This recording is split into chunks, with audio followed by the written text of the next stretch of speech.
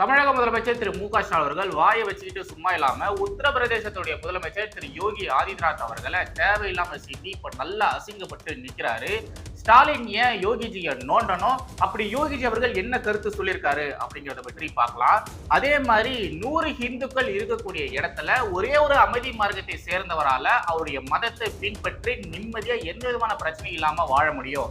ஆனா 100 அமைதி மார்க்கத்தினர் இருக்கக்கூடிய இடத்துல 50 இந்துக்கள் அவங்களுடைய மதத்தை பின்பற்றி நிம்மதியா சந்தோஷமா எந்த ஒரு பிரச்சனையும் இல்லாம வாழ முடியாது. இதுதான் நிதர்சனமான உண்மைன்னு சொல்லி இந்த அமைதி மார்க்கத்தினருடைய புத்தி பற்றி 100% சரியான ஸ்டேட்மெண்ட்டை நம்முடைய யோகிஜி அவர்கள் சொல்லியிருக்காரு. இதெல்லாம் பற்றி தான் நாம இன்னைக்கு இந்த வீடியோல தெளிவா பார்க்க போறோம். எப்பொழுதும் எதிராசன் வடிவழகி என் இதய தொழுதால் இல்லை எனக்கெதிர் இல்லை எனக்கெதிர் இல்லை எனக்கெதிரே. ஸ்ரீமதே ராமானுஜாய நமஹா. எனதரமை தேசியவாதிகள் அனைவருக்கும் வணக்கம்.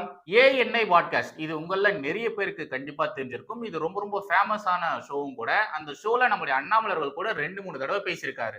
எனக்கு டைம் கிடைக்கும் போதெல்லாம் நான் அந்த பாட்காஸ்ட்டை பார்ப்பேன். இப்போ ரீசெண்டா அந்த பாட்காஸ்ட்ல நம்முடைய உத்தரப்பிரதேசத்துடைய முதலமைச்சர் திரு யோகி ஆதித்யநாத் அவர்கள் பேசியிருந்தாரு. அந்த ஷோல யோகிஜி அவர்கள் கிட்ட பல கான்ட்ரவர்சியான கேள்விகளை ஸ்மிதா பிரகாஷ் அவர்கள் கேட்டிருந்தாங்க. அவங்க கேட்ட எல்லா கேள்விகளுக்கும் கொஞ்சம் கூட அசராம தரமான பதில்களை கொடுத்திருக்காரு. அப்போ மொழியை வச்சு அரசியல் பண்றதை பத்தி யோகிஜி அவர்கள் பேசியிருந்தாரு. இங்க நிறைய பேர் அவங்களுடைய வாக்கு வங்கிகளை திருப்திப்படுத்தணும் அப்படிங்கிறதுக்காக பிரிவினைவாத கருத்துக்களை பேசிட்டு வராங்க. அவங்க வெறும் மொழியை வச்சு மட்டுமே அரசியல் பண்றாங்க அப்படிங்கிற மாதிரி எல்லாம் யோகிஜி சொல்லியிருந்தாரு. இத்தனைக்கும் அந்த பாட்காஸ்ட்ல முதலமைச்சர் ஸ்டாலின் அவருடைய பெயரை கூட யோகிஜி அவர்கள் மென்ஷன் பண்ணியிருக்க மாட்டாரு.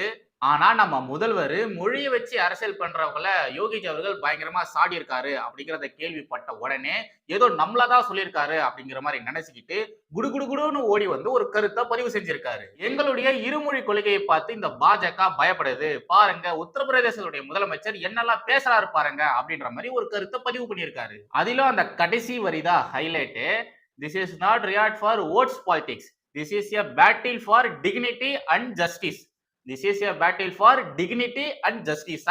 டிக்னிட்டி அண்ட் ஜஸ்டிஸ் பார்த்தோமே, உங்க ஆட்சியின் டிக்னிட்டியை நாங்க தான் பார்த்தோமே. திமுகவுக்கு எதிராக தொடர்ந்து கருத்துக்களை பதிவு செய்யறாருன்னு சொல்லி இந்த டுபாக்கூர் டுபுக்கு சங்கர் வீட்டுல மலம் கலந்த சாக்கடை நீரை ஊத்துனதை தான் நாங்க எல்லாருமே பார்த்தோமே. அப்புறம் என்ன சொல்லியிருக்காரு? ஜஸ்டிஸ். ஜஸ்டிஸ் வெறும் சோசியல் மீடியால திமுகவிற்கு எதிராக கருத்து பதிவு செஞ்சதுனால ஏதோ தீவிரவாதியை கைது செய்யற மாதிரி விடியற் காலையில வந்து அவங்களை கைது செய்யறீங்க, அவங்க மேல குண்டாஸ் வழக்கு எல்லாம் போடுறீங்க. தப்பு நடக்கும் போது தப்பு நடக்கிறத கேள்வி கேட்டோம் அந்த விஷயத்தை வீடியோ பதிவு செஞ்சு கம்ப்ளைண்டா கொடுத்தா தப்பு பண்ணவங்க மேல எந்த ஒரு நடவடிக்கை எடுக்காம கம்ப்ளைண்ட் கொடுத்தாங்க பாருங்க, அவங்க மேல கைது நடவடிக்கை எடுக்கிறது இதெல்லாத்தையும் தான் இந்த மக்கள், தமிழக மக்கள் பாக்குறாங்களே. நாங்க மட்டும் கிடையாதுங்க, இந்த ஊர் உலகத்துல எல்லாருமே பார்த்துட்டு தான் இருக்காங்க. இந்த திமுக ஆட்சியின் டிக்னிட்டி மற்றும் ஜஸ்டிஸ் இதெல்லாம் எப்படி இருக்கு அப்படின்றத பார்த்துட்டு தான் இருக்காங்க. முதலமைச்சர் ஸ்டாலின் அவர்கள் இது மாதிரிலாம் கருத்து சொன்னதுக்கு அப்புறமா தமிழகத்துடைய பாஜக தலைவர் திரு அண்ணாமலை அவர்கள் சும்மா இருப்பாரா? சும்மாவே இந்த திமுகவையும் முதலமைச்சர் ஸ்டாலின் அவர்களும் போட்டு பிதுக்கி எடுப்பாரு. இப்ப இத மாதிரிலாம் கருத்து சொன்னா அண்ணாமலை அவர்கள் பார்த்துக்கிட்டு சும்மா இருப்பாரா? தாறுமாறான ஒரு பதிலடியை நம்முடைய அண்ணாமலை அவர்கள் கொடுத்திருக்காரு. திராவிட அரசியல்வாதிகளுக்கு எப்படி சொன்னா புரியுமோ அப்படி சொல்லியிருக்காரு. அண்ணே சர்வாதிகாரி அண்ணே, அரசியலமைப்பை பாதுகாப்பதாக சொல்றேன், நீங்க உண்மையாலேயே ஒரு மோசடி பேர் வழி. பொதுவா இந்த மோசடி பேர் வழிகள் இந்த பணக்காரங்களை மட்டும்தான் ஏமாத்துவாங்க. ஆனா நீங்க பணக்காரங்களை மட்டும் இல்லாம ஏழைகளையும் சேர்த்துல ஏமாத்துறீங்க. நீங்க பண்ணக்கூடிய கேவலமான அரசியல் நாடு முழுக்க எல்லாருக்குமே தெரிஞ்சு போச்சு. நீங்க இருமொழி கொள்கை குறித்து பேசிட்டு இருக்கீங்க, ஆனா நீங்களும் உங்களுடைய கட்சிக்காரங்களும் அவங்க நடத்தக்கூடிய பள்ளிகள்ல மும்மொழி கல்விக் கொள்கையை ஃபாலோ பண்றாங்க அப்படிங்கிறத இங்களுடைய மக்கள் தெளிவா புரிஞ்சுக்கிட்டாங்க. அரசு பள்ளி மாணவர்களை மட்டும்தான் நீங்க வஞ்சிக்கிறீங்க, ஏழை எளிய மக்களுடைய பசங்களை நீங்க வஞ்சிக்கிறீங்க. அரசு பள்ளி மாணவர்கள் மும்மொழியை கத்துக்க கூடாதுன்னு சொல்லி நீங்க ஏமாற்று வேலைகள்ல ஈடுபடுறீங்க. உங்களுடைய அரசியல் நாடகத்தை தமிழக மக்களுடைய எண்ணம் போல நீங்க காட்டாதீங்க. இத மாதிரி மடை மாற்றுகிற திசை திருப்புற அரசியலை விட்டுட்டு ஒழுங்கான அரசியலை பண்ணுங்க அப்படின்ற மாதிரி அண்ணாமலை அவர்கள் பதிலடி கொடுத்திருக்காரு. நம்ம அண்ணாமலை அவர்கள் போட்ட இந்த ஒரு பதிவுல கான் ஆர்டிஸ்ட் அப்படின்ற மாதிரி ஒரு வார்த்தையை யூஸ் பண்ணிருப்பாரு. கான் ஆர்டிஸ்ட் அப்படின்னா மோசடி பேர் வழி அப்படின்ற மாதிரி தான் மீனிங் வருது. உங்களுக்கு டவுட் இருந்தா தயவு செய்து கூகுள்ல போயிட்டு கான் ஆர்டிஸ்ட் மீனிங் சொல்லி போடுங்க. என்னென்ன வார்த்தைகள் வருதுன்னு தயவு செய்து நீங்களே பாருங்க. மோசடி பேர் வழி, ஏமாற்றுக்காரன், மோசக்காரன், நயவஞ்சகன், வஞ்சகன், எத்தன், புரட்டன் அப்படின்ற மாதிரி ஏகப்பட்ட விளக்கங்கள் வருது. அதாவது நம்முடைய அண்ணாமலை அவர்கள் முதலமைச்சர் ஸ்டாலின் அவர்களை கான் ஆர்டிஸ்ட் அப்படின்ற மாதிரி சொல்றாரு இல்லையா, அந்த கான் ஆர்டிஸ்டோடைய மீனிங் இதெல்லாம் தான். மோசடி, பேர் வழி, ஏமாற்றக்காரன், நயவஞ்சகன், அது இது சொல்லிட்டு ஏகப்பட்ட மீனிங் வருது. சோ நம்முடைய அண்ணாமலை அவர்கள் நேரடியாக முதலமைச்சர் ஸ்டாலின் அவர்களை பயங்கரமா தாக்கி பேசியிருக்காரு. பாவம் நம்மளுடைய தற்கொலை ஊபிஸ்களுக்கு கான் ஆர்டிஸ்ட்னா என்னன்னு கூட புரியல, என்னென்னத்தையோ கத்திட்டு வராங்க பாவம். ஆக்சுவலி நம்முடைய யோகிஜி அவர்கள் இந்த மொழி பிரச்சனை குறித்து அந்த பாட்காஸ்ட்ல என்ன சொல்லியிருப்பாருன்னா, மொழி பிரச்சனை யோகி சொன்னது என்ன, மொழி என்பது மக்களை பிரிக்காமல் ஒன்றிணைக்க வேண்டும். இந்தியாவின் பழமையான மொழிகளில் ஒன்று தமிழ். காசி தமிழ் சங்கமம் வாரணாசியில் நடக்கிறது. ஒவ்வொரு இந்தியரும் தமிழ் மீது மரியாதை வைத்துள்ள நிலையில் அவர்கள் ஏன் ஹிந்தியை வெறுக்க வேண்டும்? திமுகவின் வாக்கு வங்கி ஆபத்தில் இருப்பதால் மாநிலங்கள் மற்றும் மொழி அடிப்படையில் பிளவுகளை ஏற்படுத்த ஸ்டாலின் முயற்சிக்கிறார். ஓ, நம்முடைய முதலமைச்சர் ஸ்டாலின் அவர்களை அதுல மென்ஷன் பண்ணியிருக்காருங்க. அதனாலதான் முதலமைச்சர் ஸ்டாலின் அவர்கள் யோகிஜி அவர்களுக்கு ரெஸ்பான்ஸ் பண்ணியிருக்காரு போல. நான் கூட தப்பா புரிஞ்சுக்கிட்டேன். ஏன்னா அந்த ட்வீட்ல பாத்தீங்கன்னா நம்முடைய யோகிஜி அவர்கள் ஸ்டாலினுடைய பெயரை சொன்ன மாதிரி எனக்கு தெரியல. பட் அந்த பாட்காஸ்ட்ல திமுகவை குறித்தும் ஸ்டாலினை குறித்தும் யோகிஜி அவர்கள் பேசியிருக்காரு. நான் தான் தப்பா புரிஞ்சுக்கிட்டேன் போல. யோகிஜி அவர்கள் திமுகவை குறித்தும் ஸ்டாலினை குறித்தும் தப்பா பேசின மாதிரி எனக்கு தெரியல. அவர் சொன்ன கருத்தை முழுசா உள்வாங்கிக்காம தடால் புடால்னு ஒரு கருத்தை முதலமைச்சர் ஸ்டாலின் அவர்கள் பதிவு செஞ்சிருக்காரு. அதுக்குதான் அண்ணாமலை அவர்கள் இது மாதிரியான ஒரு தரமான பதிலடியும் கொடுத்திருக்காரு. ரைட், இதை தொடர்ந்து இதே பாட்காஸ்ட்ல யோகிஜி அவருடைய ஆட்சியின் கீழே உத்தரப்பிரதேசத்தில் இருக்கக்கூடிய அமைதி மார்க்கத்தினர் நிம்மதியாகவும் சந்தோஷமாகவும் இருக்காங்களா அப்படின்ற ஒரு கேள்வியை அவங்க கேட்டிருந்தாங்க. அந்த கேள்விக்கு நம்ம யோகிஜி அவர்கள் சொன்ன பதிலானது இப்போ வேர்ல்டு வைடு ட்ரெண்டிங்ல போயிட்டு இருக்கு. பல உலக நாடுகள்ல இருக்கக்கூடிய அமைதி மார்க்கத்தினர் அங்க மைக்ரேட் ஆகி போனதுக்கு அப்புறமா அங்க அவங்க என்ன மாதிரியான அட்டுழியங்கள் அட்டகாசங்கள் பண்றாங்க அப்படிங்கிறத நம்ம தினம் பார்த்துட்டு இருக்கோம் இல்லையா. அதை எல்லாத்தையுமே பிரதிபலிக்கிற மாதிரி நம்முடைய யோகிஜி அவர்கள் அவருடைய பதில கொடுத்திருப்பாரு. இந்த விவகாரத்துல யோகிஜி அவர்கள் ஒரு கம்பாரிசன் சொன்னார் பாருங்க, அதுதான் ஹைலைட்டே. 100 ஹிந்து குடும்பங்கள் இருக்கக்கூடிய இடத்துல ஒரு அமைதி மார்க்கத்தை சேர்ந்த குடும்பத்தினர் இருந்தாங்கன்னா அவங்க சந்தோஷமா நிம்மதியா அவங்களுடைய மதத்தை பின்பற்றி வாழ முடியும். எந்த ஒரு பிரச்சனையும் இல்லாம இந்துக்கள் மத்தியில அமைதி மார்க்கத்தினரால வாழ முடியும்.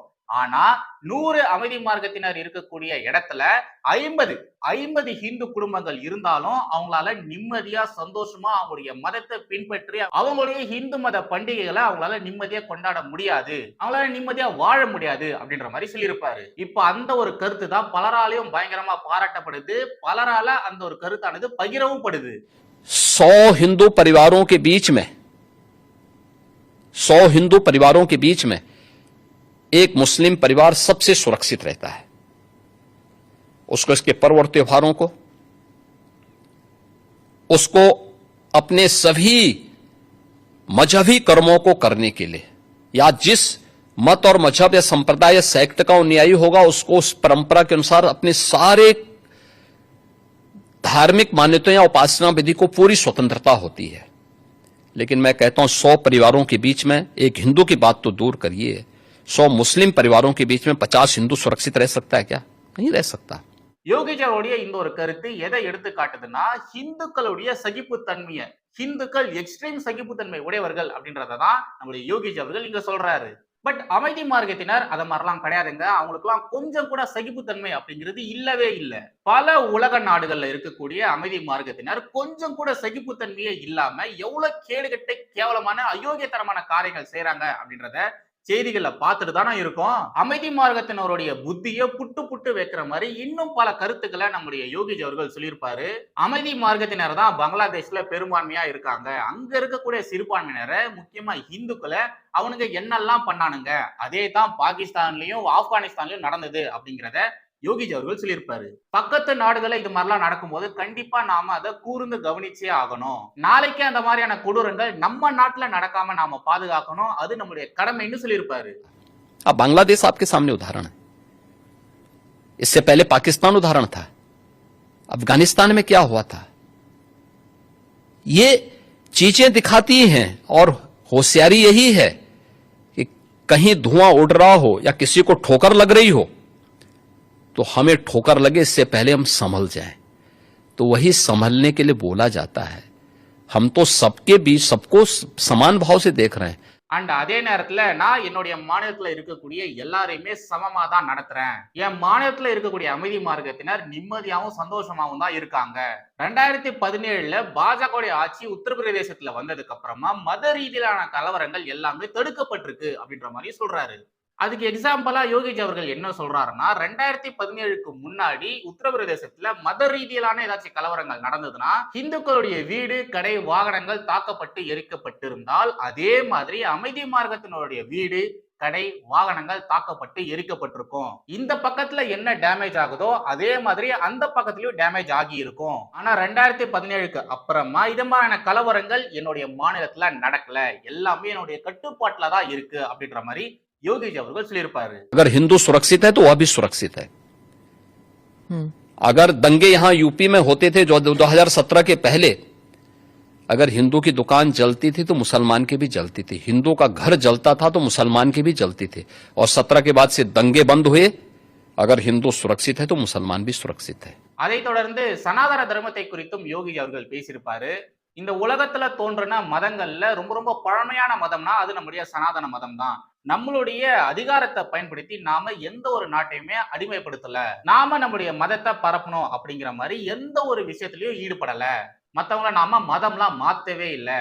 அதே மாதிரி நம்முடைய அதிகாரத்தை பயன்படுத்தி மற்ற நாடுகள்ல இருக்கக்கூடிய வளங்களை சுரண்டி நாம திங்கல, அந்த நாடுகளை நாம நம்முடைய கட்டுப்பாட்டுக்குள்ள வச்சுக்கல. நம்முடைய சனாதன தர்மத்துல சொல்றது என்னன்னா இந்த உலகத்துல இருக்கக்கூடிய எல்லாருமே நம்முடைய குடும்பத்தை சேர்ந்தவர்கள் தான், வசுதேவ குடும்பம் அப்படின்ற ஒரு பெரிய கோட்பாட்டை தான் நாம எல்லாருமே ஃபாலோ பண்றோம் அப்படிங்கிற மாதிரி சனாதன தர்மத்துல இருக்கக்கூடிய முக்கியமான பல விஷயங்களை யோகிஜி அவர்கள் சொல்லியிருப்பாரு. इतिहास में कोई उदाहरण नहीं बता सकता कि अपने बल से, अपने वैभव से किसी हिंदू राजा ने किसी देश पर जबरन कब्जा किया हो, कभी नहीं। इतिहास इसका उदाहरण है, आप उठा के देख सकते हैं। भगवान राम लंका में गए और लंका में रावण पर विजय प्राप्त करके लक्ष्मण को वहां के वैभव को देख के थोड़ा मोहित हुए। भगवान राम ने कहा नहीं।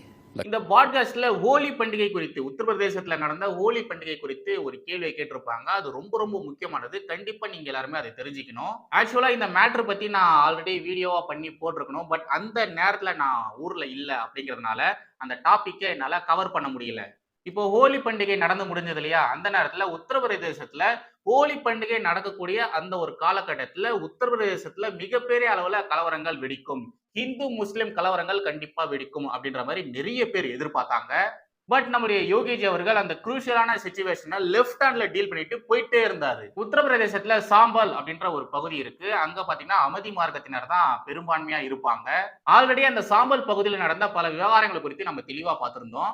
அந்த பகுதியில கிட்டத்தட்ட 40-50 வருஷத்துக்கு அப்புறமா ஹோலி பண்டிகையை பலத்த பாதுகாப்போட அங்க இருக்கக்கூடிய இந்துக்கள் கொண்டாடி இருக்காங்க. 40-50 வருஷம் கழிச்சு அங்க இருக்கக்கூடிய இந்துக்கள் ஹோலி பண்டிகையை கொண்டாடி இருக்காங்க. இந்துக்கள் எல்லாருமே இந்த கலர் பவுடரை வச்சுக்கிட்டு ஜாலியா சந்தோஷமா ஹோலி பண்டிகையை கொண்டாடிட்டு இருந்தாங்க. பட் அங்க இருக்கக்கூடிய அமைதி மார்க்கத்தினர் மூஞ்சில கரிய பூசிக்கிட்டு ஓடெழுது ஒப்பாரிதான் வச்சுட்டு இருந்தாங்க. அது எல்லாமே ஒரு பக்கம் நடந்துட்டு இருக்கும் பொழுது உத்தரப்பிரதேசத்துல மற்ற இடங்கள்ல என்ன நடந்ததுன்னா அங்க இருக்கக்கூடிய பல மசூதிகளை கவர் பண்ற மாதிரி ஏகப்பட்ட தார்பாய் எல்லாம் போட்டு மசூதியை ஃபுல்லா மூடி வச்சிருந்தாங்க. இது மாதிரி மசூதியை மூடி வச்சதுக்கு, தார்பாய் போட்டு மூடி வச்சதுக்கு அங்க இருக்கக்கூடிய பல பாய்கள், பல இடங்கள்ல இருக்கக்கூடிய பல பாய்கள் பயங்கரமான கண்டனத்தை எல்லாம் பதிவு செஞ்சிருந்தாங்க. நாங்க ரம்ஜானை கொண்டாடிட்டு இருக்கும் பொழுது அந்த நோம்பு எல்லாம் இப்ப நடந்துட்டு இருக்கு இல்லையா, இந்த நேரத்துல நீங்க ஏன் இது மாதிரிலாம் பண்றீங்க அப்படின்ற மாதிரி பயங்கரமா கத்திட்டே இருந்தாங்க. ஆக்சுவலி அவனுங்க தான் ஹோலி நேரத்துல இந்த கலர் பவுடர் எல்லாம் போட்டு மசூதி சேவரை இவங்க எல்லாருமே நாசமாக்குறாங்க, அதனால ஹோலி பண்டிகையை தடை பண்ணணும் அப்படின்ற மாதிரி கம்ப்ளைண்ட் எல்லாம் கொடுத்திருந்தாங்க. அதுக்கு தான் நம்முடைய யோகிஜி அவர்கள் இத மாதிரி ஒரு தரமான சம்பவத்தை பண்ணி விட்டாரு. போடுறா எல்லா மசூதி மேலையும் தார்பாய, எந்த ஒரு கலர் பவுடரும் மசூதி செவத்துல படாம நீங்க எல்லாருமே கொண்டாடுங்கடா அப்படின்ற மாதிரி ஒரு உத்தரவும் அவர் போட்டுட்டாரு. இந்த விவகாரத்தை கேலி கிண்டல் பண்ற மாதிரி என்ன மாதிரி இருக்கக்கூடிய இந்துத்துவவாதிகள் சோசியல் மீடியால என்ன சொல்லிட்டு இருந்தாங்கன்னா, நீங்க தானே புர்கா போடணும், பர்தா போடணும், அதுதான் அமைதி மார்க்கத்தினுடைய அடையாளம் அப்படின்ற மாதிரி எல்லாம் சொல்லியிருந்தீங்க. அதுக்கு தான் யோகிஜி அவர்கள் மசூதிக்கும் சேர்த்து புர்தாவை மாட்டி விட்டாரு, பர்தாவை போட்டு விட்டாரு அப்படின்ற மாதிரி பல பேரு புண்பட்ட நெஞ்சில வேலை பாய்ச்சற மாதிரி இந்த மாதிரியான கருத்துக்களை பதிவு செஞ்சுட்டு வந்தாங்க. பயங்கரமா கலாச்சிட்டும் இருந்தாங்க. யோகிஜி மாதிரியான ஒரு முதலமைச்சர் தமிழகத்துடைய முதலமைச்சரா வரணுங்க, இதுதாங்க என்னுடைய ரொம்ப நாள் ஆசையே. அது மட்டும் நடந்துடுச்சுன்னு வைங்க, தமிழகம் இழந்த ஆன்மீகம் மறுபடியும் மறுமலர்ச்சி அடையும். சோ அவ்வளவுதான் கைஸ், எனக்கான கண்டென்ட். மறுபடியும் அடுத்த ஒரு வீடியோவில் சந்திக்கிறேன். ஜெய் ஹிந்த், வந்தே மாதரம்.